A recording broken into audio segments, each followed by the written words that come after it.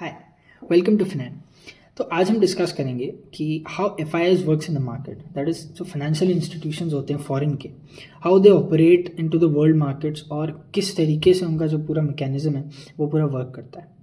तो firstly F I eyes के बारे में अगर मैं बात करूँ तो F I Is are very opportunistic. वो बहुत अपॉर्चुनिस्टिक होते हैं। उनको जहाँ पर अपॉर्चुनिटी मिलेगा, उनको वर्ल्ड मार्केट में जिस कंट्री में सबसे ज़्यादा opportunity at a particular of period of time, उनको जहाँ अपॉर्चुनिटी मिलेगा वो वहाँ इन्वेस्ट करेंगे। लेट्स से उनको दुनिया भर के इन्वेस्टर्स ने पैसा दिया है कि आप हमारा पैसा लीजिए और पूरे वर्ल्ड मार्केट में जहाँ आपको अपॉर्चुनिटी मिलती है, जहाँ आपको रिटर्न ज़्यादा मिलते हैं, वहाँ पर आप इन्वेस्ट कीजिए। सो इस तरीके से एफ आई जो होते हैं काफ़ी अपॉर्चुनिस्टिक होते हैं।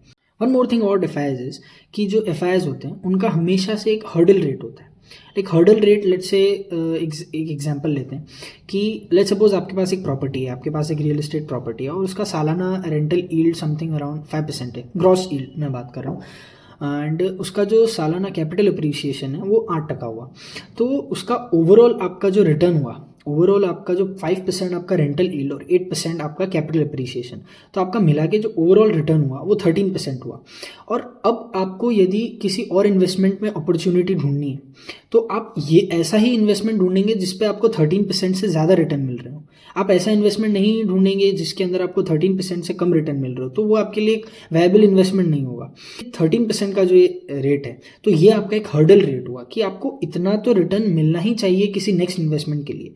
तो एफ आई आईज होते हैं, हमें हमेशा इनका एक हर्डल रेट होता है जो डिफाइंड होता है कि इतना रिटर्न्स तो हमें जनरेट करना ही होगा। अगर इस रिटर्न से ज़्यादा हमें कहीं और अपॉर्चुनिटी मिलेगी वर्ल्ड मार्केट में तो हम वहाँ इन्वेस्ट करना पसंद करेंगे। तो ये हमेशा उनका एक हर्डल रेट डिफाइंड होता है कि समथिंग परसेंट पे इतना रिटर्न तो हमें इस पर्टिकुलर कंट्री से, पर्टिकुलर कंट्री के फाइनेंशियल मार्केट से हमको जनरेट करना ही है। अगर नहीं कर पाते हैं तो हम और कहीं अपॉर्चुनिटी ढूंढेंगे और वहाँ पर इन्वेस्ट करेंगे।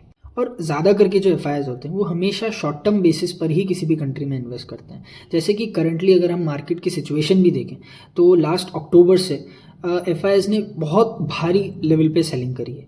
तो इसका मतलब ये नहीं है कि उन्हें इंडिया की इकोनॉमी से भरोसा उठ गया है या उनको इंडिया की जो ग्रोथ स्टोरी है उससे भरोसा उठ गया। That's not the correct interpretation, because F I eyes हमेशा जो है ज़्यादातर F I short term basis पर ही किसी भी कंट्री में इन्वेस्ट करते हैं, बिकॉज उन्हें अपने हर्डल रेट से ऊपर रिटर्न जनरेट करने होते हैं। और उन्हें जिस भी कंट्री में ज़्यादा अपॉर्चुनिटी मिलेगी, जिस भी कंट्री में उन्हें ज़्यादा रिटर्न्स एक्सपेक्टेड होंगे अगले 1 या 2 महीनों के लिए, तो वो वहीं इन्वेस्ट करेंगे। इट्स नॉट कि यार आज इंडिया में सेलिंग हो गई तो उनको इंडिया से भरोसा उठ गया। इस तरीके से एफ आई कभी ऑपरेट नहीं करते हैं मार्केट में।